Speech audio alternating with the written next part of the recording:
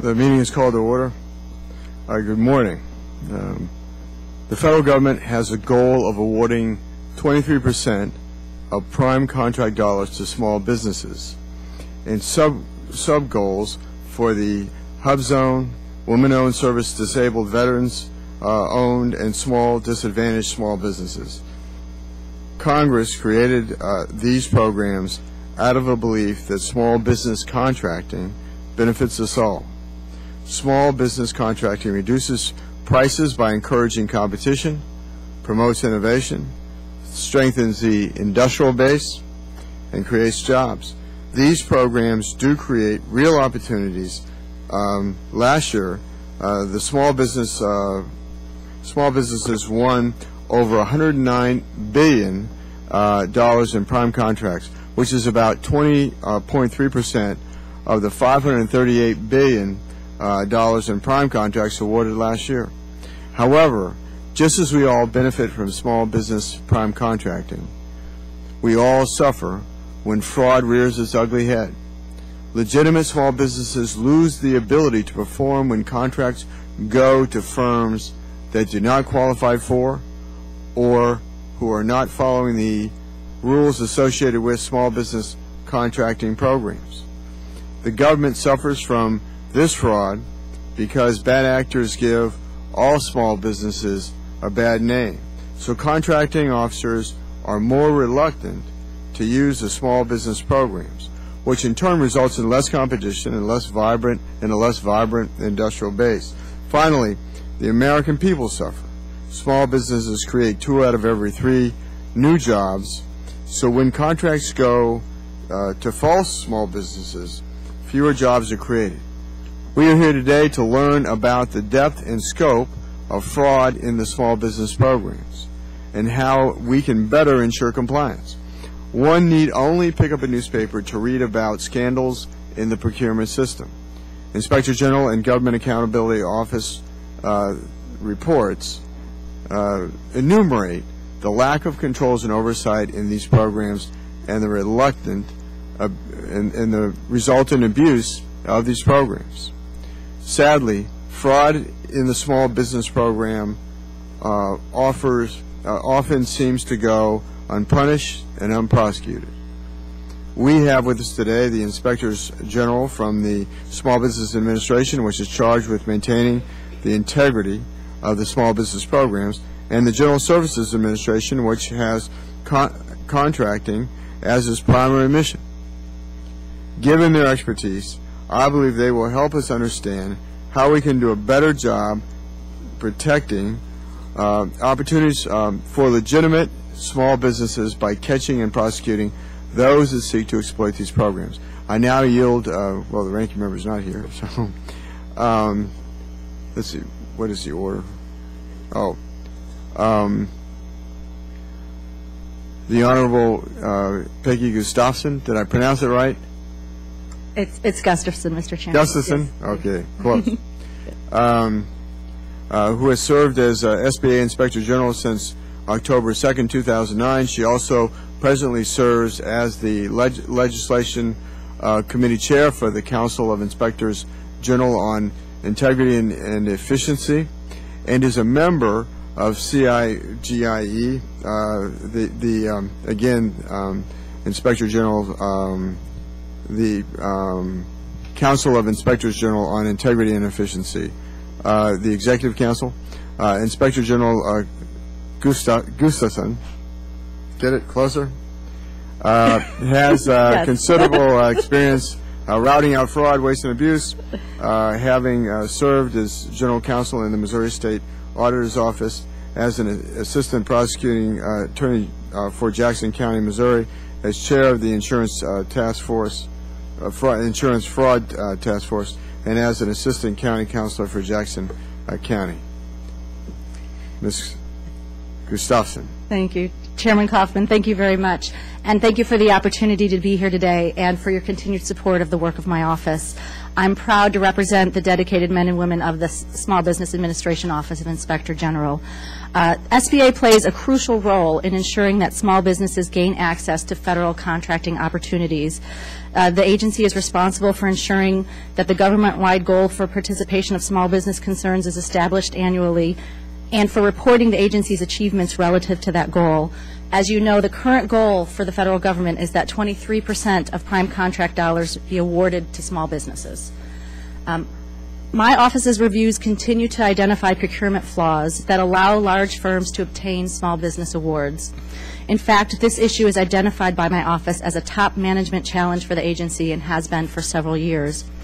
Our audits and other studies have shown significant misreporting by procuring agencies, with many contract awards reported as going to small firms while actually being performed by larger companies. The SBA itself is not immune from such activity. My written statement provides a summary account of a significant sole source 8A IT contract that was awarded by SBA to a small business, but which basically served as a pass-through to buy the products of large businesses. The audit found that SBA didn't adequately plan the procurement, they split the procurement to circumvent sole source limits, inaccurately reported the contract data to FPDS, which is the Federal Procurement Data System, and awarded the contract on a sole source basis, even though it did not qualify as an 8A procurement to be awarded sole source. These misrepresentations, I think, should not be viewed as insignificant occurrences, because our work continues to show that these signs are often the tip of the iceberg. Several weeks ago, an investigation conducted by my office with several interagency partners, including the FBI, resulted in the arrest of 4 individuals. These individuals have been implicated in what has been described by Department of Justice officials as one of the most brazen corruption schemes in the history of federal contracting. This investigation actually began as an investigation into another business's misrepresentation of hub zone status and of being a service-disabled veteran-owned small business.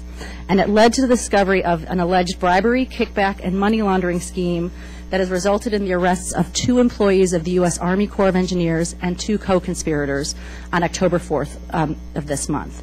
They've been charged in an indictment that accuses them of taking part in a conspiracy involving at least $20 million in bribes and kickback payments and the planned steering of a $780 million government contract to a favored contractor who participates in the 8A program. The indictment details schemes to defraud 2 major federal contracts, which have a combined value of about $1.78 billion. The first contract is a U.S. Army Corps of Engineers Tiger contract, which is what is known as an indefinite delivery, indefinite quantity contract, which I'll call IDIQ from now on because it's easier. Over the 5-year term, the total award of orders placed against this Tiger contract is authorized to exceed $1 billion. EACTech, an Alaska Native-owned small business based in Dulles, Virginia, was the prime contract for the Tiger contract and subcontracted many of the orders from this to other businesses. The other contract in this scheme is called the Corps contract, and it was envisioned as an alternative or potential replacement for the Tiger contract. The Corps contract, had it gone through, would have been a 5-year contract with a task order ceiling of $780 million. The indictment alleges that the 4 defendants worked with a chief technology officer of a company known as Company A, which is also an 8A firm, to devise a scheme to steer the award of this Corps contract to Company A. The intent was to use this contract as a way for Company A to funnel federal money and other things of value directly and indirectly to the defendants and other co-conspirators. Although the investigation is ongoing, the arrests to date have effectively dismantled the group responsible for perpetuating this fraud against American taxpayers. And my understanding is actions to seek appropriate suspension or debarment for the parties responsible of this conspiracy are underway. I want to assure you that my office intends to join our partners and evaluate the internal controls and regulations involved in the contracts that are at issue here and make any necessary recommendations to our agencies or to Congress to prevent such fraud schemes from being successful in the future. Again, thank you very much for inviting me to speak with you today, and I'm looking forward to your questions. Thank you. Our second witness is the Honorable Brian Miller, who has served as the General Services Administration's Inspector General since 2005. He previously spent 15 years with the Department of Justice, including time as the Assistant U.S. Attorney for the Eastern District of Virginia, where he had considerable experience with procurement and grant fraud. Mr. Miller has received notable recognition for his service as Inspector General, having been recognized by, okay, there we go, Ethisphere, is that it, magazine, as the 12th most influential person in business ethics by a worldwide panel of experts. I want to thank you both for being here today. Mr. Miller, go ahead with your testimony, please. Thank you, Mr. Chairman. Good morning, Chairman Coppin and distinguished members. Thank you for inviting me here to testify this morning. Let me acknowledge from the outset that I am not an expert in small business matters, but my office plays a role in investigating small business fraud in the programs administered by the General Services Administration. From our investigations, we have seen two major types of schemes to obtain small business contracts. First, individuals falsely claim to meet small business eligibility requirements, such as size. Second, they fraudulently use an eligible small business as a pass-through or front, so that an ineligible company can perform the work and collect most of the taxpayer dollars, usually kicking back a small percentage to the eligible small business. My office is currently investigating a case jointly with the IG from the Small Business Administration and the IG from Veterans Administration. The indictment alleges that the defendants made false statements to meet service-disabled, veteran-owned small business eligibility requirements.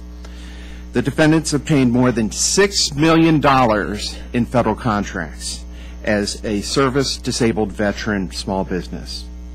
When the VA began to verify self-certifications, the defendant allegedly created and submitted documents that said that the veteran completed 3 tours in Vietnam and received numerous medals and citations. But according to federal records, the individual was never classified as a service-disabled veteran and was honorably discharged in 1968 after serving as an engineer mechanic for 5 years in the National Guard, during which time he never left the state on active duty. This kind of fraud derails small business programs. Unfortunately, it is not always possible to find a civil or criminal remedy. Prosecutors usually look to loss to the United States. When the government has received goods and services, even from an ineligible company, it's very difficult to prove a monetary loss to the government. After all, the government did receive goods and services, an adequate product. But there is real loss and real damage to the integrity of the small business programs and lost opportunities underlying those programs, starting with the legitimate small business that didn't get the contract. This harms small businesses, and it harms all of us because small businesses create jobs.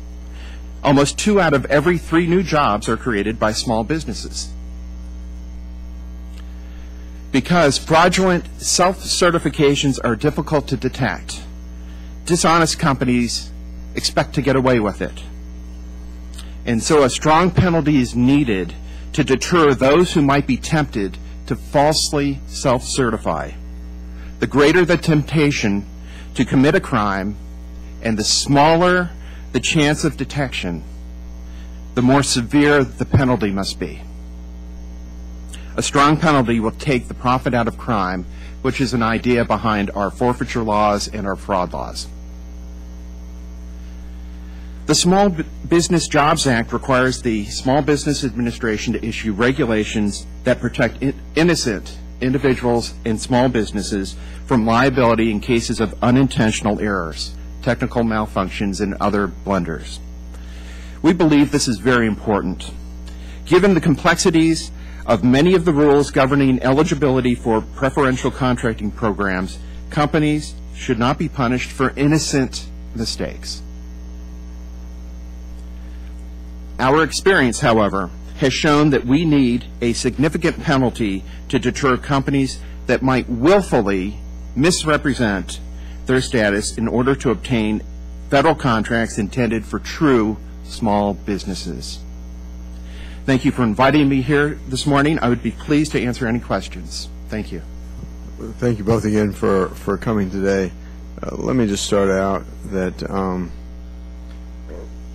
when a small business presents itself in terms of being eligible for one of these categories, like you just mentioned, disabled veterans, is there a vetting process whereby whether it's a GSA or the respective government agency checks this information out? Because I know, for instance, the DD-214 is very easy to forge. And so is there some corresponding communication with the Veterans Administration, Department of Defense, or whatever, to see whether the information is accurate in terms of eligibility? Mr. Miller and then Ms. Gustafson. Well, generally in the federal government tends to rely on self-certifications. In the General Services Administration, for example, we rely a lot on self-certification by vendors and contractors. And unfortunately, many times those self-certifications are not accurate. We did a survey recently. Our forensic auditing unit looked at self-certifications of products that were listed on a GSA schedule that claimed to be environmentally friendly. They had a green seal certificate. Well, we checked with the certifying company or organization, and we found out that 84% of those self-certifications were inaccurate. And so we let GSA know they're taking steps to correct it. They're going to try and get those certifications directly from the organization. But unfortunately, the federal government doesn't have, we do have limited resources, and it's hard to check all the self-certifications. In the case of the service-disabled veteran, veteran-owned small business, the government does rely on self-certifications, but the Veterans Administration started to verify those self-certifications. And when they went to verify it, they did catch some misrepresentations, including the one I mentioned in my opening statement. But unfortunately, when we're dealing with dishonest individuals and companies, when the federal government, or whether it's VA or SBA or GSA, when they go back and try and verify, a dishonest individual or company may submit phony documents, as this company did in the case I mentioned. They allegedly phonied documents relating to tours in Vietnam and medals received and the like. So, Ms. Gustafson. Yeah, I think one of the difficulties for even an honest small businessman, quite frankly, when it comes to the programs that SBA administers is, you have 4 major programs. You have the 8A, women-owned, service-disabled veteran, hub zone. Each one is a different process to get into the program. Each one has a different level of vetting being done by the government before you're actually allowed to say, I am an 8A firm, I am a women-owned small business firm. I will tell you that in general the trend is the older the program, for example 8A, which has been around a long time, it generally seems to be harder to get in if you're not honest with that program, because the government does do a more stringent kind of review of the stuff that you're presenting before they say, yes, you can certify as an 8A. And it kind of is a downward trend to the women-owned small business program, which is the newest iteration of that program, where one of the things you can do is submit to a third-party depository the program, the documents that you believe would certify you as a women-owned small business, or you could give a pile of documents to a contracting officer who would then have to kind of do the vetting and see if really you are accurate. And I guess I would suggest to you that that's a very complicated system, and I think it has been found, especially through the GAO reports. There have been, of course, a series of GAO reports about these programs, not women-owned, but the other programs. And again, in general, it's been found to be, it's easier to get into the programs, as Mr. Miller said, with the self-certifications, where really the government is relying on the businesses to say, yes, I'm in a hub zone, yes, I'm trying to keep as many employees in the hub zone as is required. I think that they tend to be easier to get into and are harder to detect than the programs where the government had a greater role. But it's a very complicated system. And I would add that I do, as the Inspector General for the Small Business Administration, we certainly think that we as a government can do a better job of the vetting and provide better training both to the procuring agencies and to the agencies and to the gatekeepers to make sure that they understand these rules, are doing the vetting, and are referring the bad actors for criminal prosecution. I think there's definitely more that can be done. Well, let me refer this time to Mr. West from Florida. Thank you, Mr. Chairman. Thank you both for being here today. I'm really concerned about the veterans thing, being a veteran myself and the district that I represent down in South Florida having a lot of veterans. You know, we had the recent decision down in Circuit Court of California where the Stolen Valor Act was deemed within someone's First Amendment rights to go out and wear whatever medals and things of that they wish. And so I think that there is this pervasive atmosphere out there of people being able to masquerade as veterans and using this program. So my concern is, you talked about how you work with the Veterans Administration.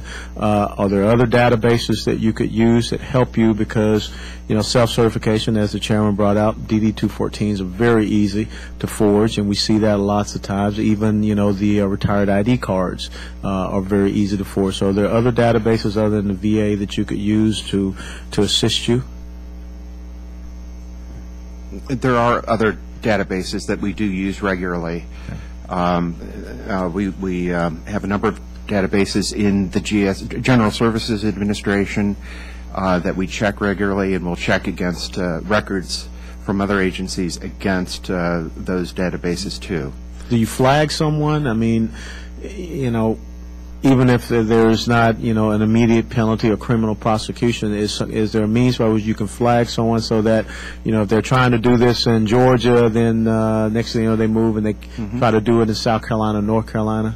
Well, there is, and in fact, I have developed a interactive map of the United States with the databases of debarred contractors for each state. Now, we don't have links to every state because states differ in whether they have a consolidated database for debarred contractors or whether they're organized by city. But we have links to the states that we can have links to. And we do have one for Georgia.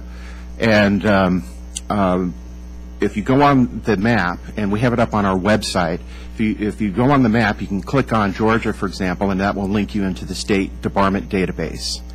And I've been pushing this for a number of years because we have come across cases where contractors have been debarred in, for example, a highway guardrail company was debarred in the state of New Jersey in 2005 for making defective guardrails, something that's pretty important. After it was debarred in New Jersey, the state of Delaware entered into contracts with that company, and then the federal government entered into contracts in Pennsylvania with the same company. We caught up with them, and in 2007, the CEO and the company pled guilty to wire fraud. And even then, it took us a year to get them on the excluded parties list for the federal database, debarment database. After we came across that case, we developed this interactive map, and we tried to make it known to as many people as we can, including to, city officials in Atlanta, because we had investigated a case in California where a couple of individuals were selling defective counterfeit smoke alarms. And they would get a piece of tape and say certified by Underwriters Laboratory and put it on the back. GSA bought about 20,000 of these. They were debarred. They were caught, convicted, debarred. Sometime after that, but before they went into the federal prison system, they sold 15,000 to the Atlanta Fire Department. And they gave them out to disadvantaged neighborhoods to have smoke alarms, and they didn't work. They had to do the recall, and I understand now they've changed procurement law for the city of Atlanta to require them to check the federal debarment database, and they do have our interactive map as well. So checking databases is very important. I'm sorry to go on about that. No, well, you bring up another, if I can have a little more time, but what's the gamut, the minimum maximum of penalty, of punishment? I mean, that's an important deterrent. So, I mean, when people come in, and let's say I'm coming in to apply for, service-disabled, veteran-owned small business, does someone tell me right up front, if you are found out to be defrauding the government, this is the minimum you can receive, maximum that you can receive?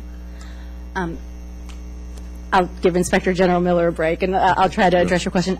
There's no question, when you are trying to enter a government program and you're making affirmative statements that, if true, were to allow you to be in the program, you're certainly certifying to the accuracy of that and subjecting yourself to federal and civil penalties. I believe that there's verbiage to some extent on the forms that, like a normal legal firm, I hereby affirm and know that I could be subject to these penalties. But I want to emphasize a couple things that are very important, I think, for the system to work.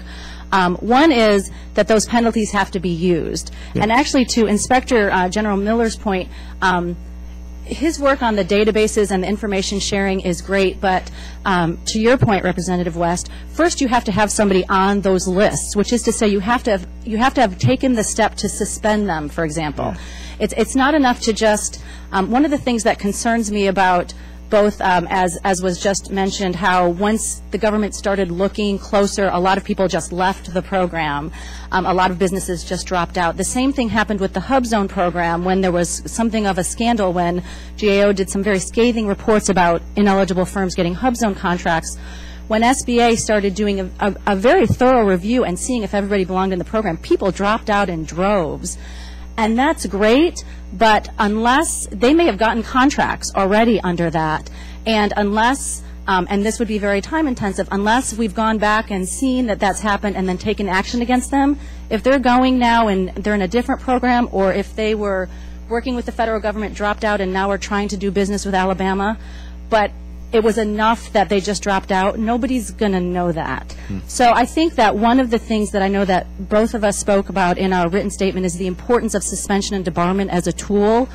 I will tell you that I think it is generally acknowledged by all the IGs that the federal government doesn't use that tool nearly enough. And to your point, it's a very strong tool to use, because if you hit a bad actor in his pocketbook, that's going to have an effect. And if the bad actors in general know the federal government is going after bad actors, that's going to have a deterrent effect as well. But if you're not doing that, it's not. It becomes a cost of yes, it's a cost of doing business, and an unlikely one at that, and that's very problematic.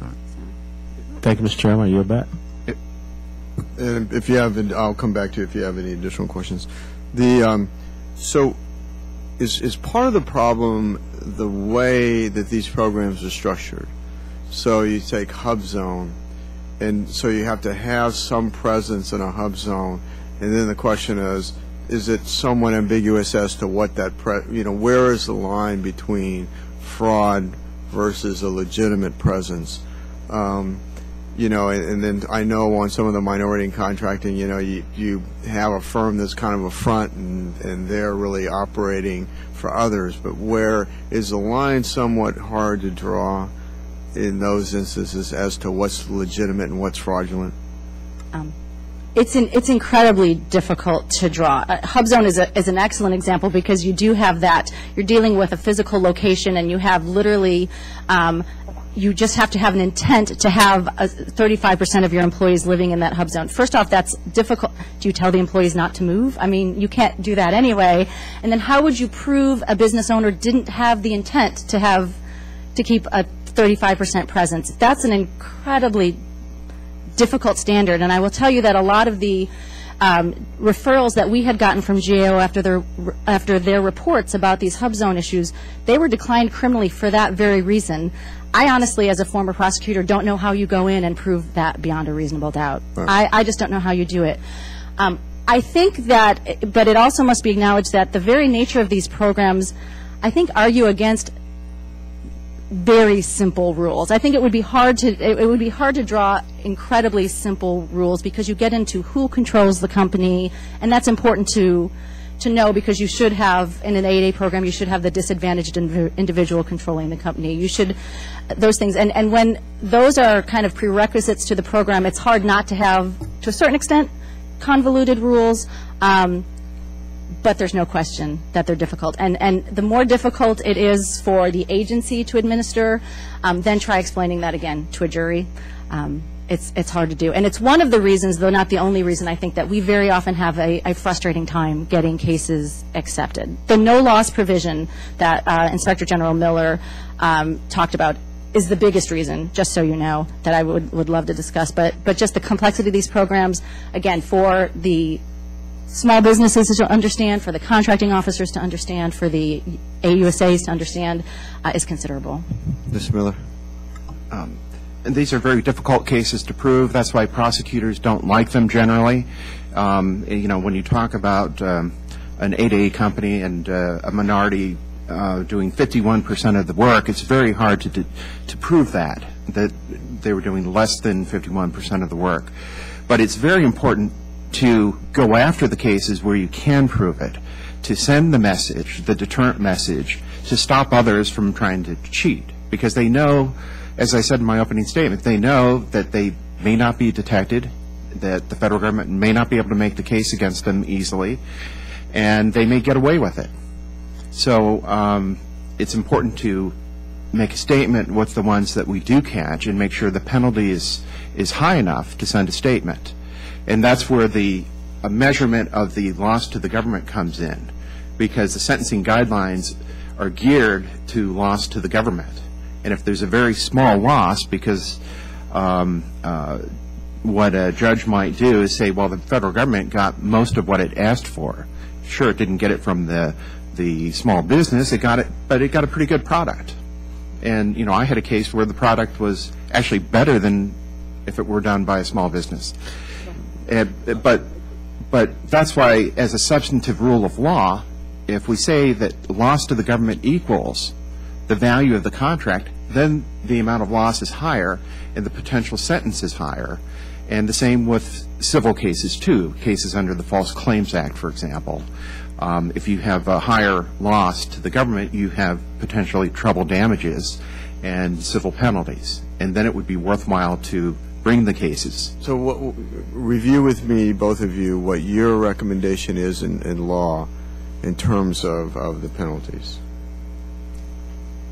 I think the main recommendation that we would both talk about, and that was part of a white paper produced by the National Procurement Fraud Task Force and has been suggested before, is defining what a loss is. I mean, if you say in law, if you are a dishonest actor who should not have gotten this 8A contract, and this was a $20 million contract, that is now a $20 million loss to the government, because the government has lost the benefit of awarding that contract to somebody that they were meaning to help by awarding that contract. Some valid 8A firm out there lost the ability to have a $20 million contract with the government because it was awarded to somebody who had committed fraud to get there.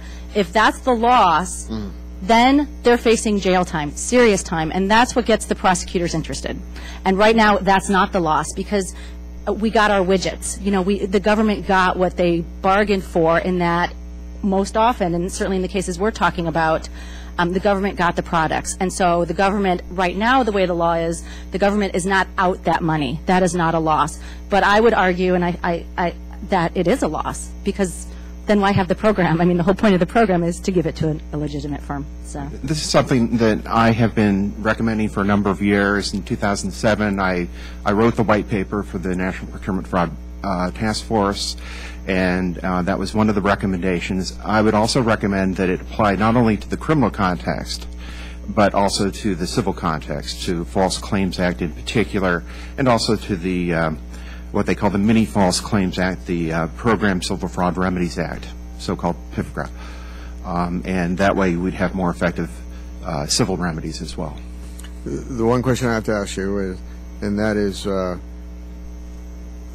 sometimes I get complaints from the federal judiciary about the over-criminalization of you know, that it's stacking up in their courts. what kind of, so if we went to the system that you're recommending, what kind of caseload do you think would be added to our federal court system? I think I'd be living in a fantasy world if I thought that they'd be knocking down my door for every case that I could give them, in all candor, which is to say I doubt that we would then displace every kind of juicy drug case or kidnapping case or anything that the feds are dealing with now. But I can't give a quantitative answer to that question, but I can tell you that we would be effectively able to go after people who are illegitimately getting contracts worth tens of millions of dollars. And I think that that's something that's important to the federal government and should be. And then, obviously, no prosecutor has to take any case. No U.S. attorney has to take any case. I still think it becomes, obviously, they still have complete discretion on what to take. But I think it would give greater visibility and attention to these cases. And I think especially now, though I think it's always important, but especially now when we're trying to find every dime that we can in savings and trying to do the most that we can with the money that we have, it's important that the federal government have integrity in these programs, or we're really throwing money away. We may as well just have full and open competition, which may get us a better price, but I don't think small businesses always do as well in that. I mean, I really think if we're trying to help small businesses, these programs have to have integrity, and the bad actors have to be gotten out of these programs. It would have increase the criminal cases, but not a whole lot, because they're still difficult to prove. On the civil side, I think the cases would increase because you would have more False Claims Act cases. Okay. Because currently it's not worthwhile for a relator or a whistleblower to go into federal court, because the small business will fold or they won't get enough in damages. Okay. Out of the different categories in small business contracting, the different preferences, which one do you think is the most abused in terms of fraud? There is absolutely no way I could give you an answer to that question, because I'd have to know the universe of fraud, and sure. Okay. My 31 investigators couldn't possibly tell that. I mean, you have relative sizes of programs, but I couldn't tell you which is the most abused. Hub zone? Is it minority contracting? I'd say it's just abuse of a different type depending on the program. Okay. Yeah.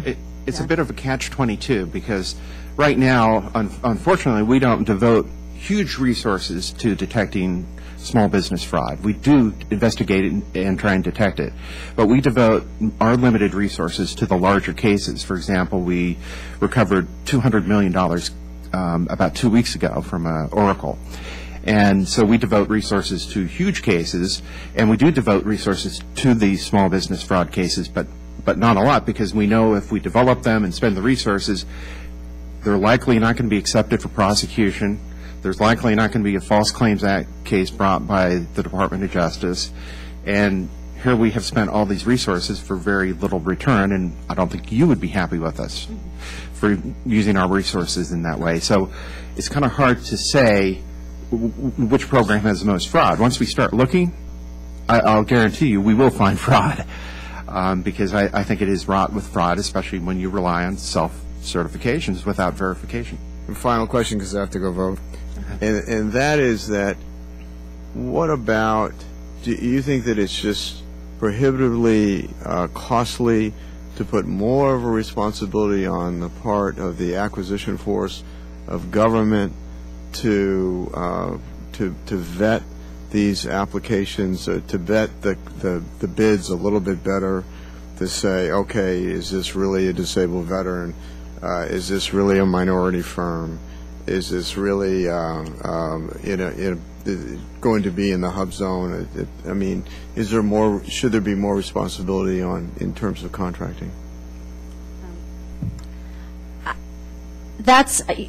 I'm not sure that the answer is putting a greater onus on the acquisition workforce, to your point that they are already really overburdened. And quite frankly, I will tell you from where I sit, what concerns me about that is the contracting officers have a job to do. They need to get those contracts done. They need to meet their goals. They need to be swift about it. And I worry about then saying, and then, by the way, make sure these small business programs are working well. I'm not sure that that ever gets to be their highest priority. I don't think that they should be expected to know the ins and outs of the programs. I think it needs to be, I think the government needs to engage in a very robust discussion about where that responsibility lies. I will tell you that one of the things that worries me is I think right now procuring agencies and the Small Business Administration are not always clear on who's supposed to be minding the store, especially when it comes, for example, to the 8A program, just as far as who's supposed to be looking at the limitations on subcontracting and what's going on. I think that that's a discussion that needs to be had within the executive branch and perhaps with guidance from Congress, and we make it clear what the roles are. I think if we make it clear whose role is what, and I think if we make sure that they're adequately trained, which is not happening right now, certainly in the acquisition workforce, we do a better job. And that, along with, there is a whole protest, businesses who lose out protest, and it's amazing how much we learn from that because they know. I mean, so the system is there. I think we just need to be better about it, better trained about it, and make it clear who's expected to do it. Because to Mr. Miller's point, these procuring agencies have a lot to do, and I think if you were to say, and now make sure these small business programs, that's 23% of your have the integrity that they need, I think they'd say, that's not, I just need to get my stuff done. So I'm afraid I'm going to have to, I got 3 minutes to get over there. Mr. Miller, Ms. Gustafson, I just want to thank you so much for testifying today. I think that your testimony has been very revealing and certainly, I think, gives a blueprint to the Congress of the United States to take action on, I think, what is a very critical issue. Thank you so much. Thank you. Thank you.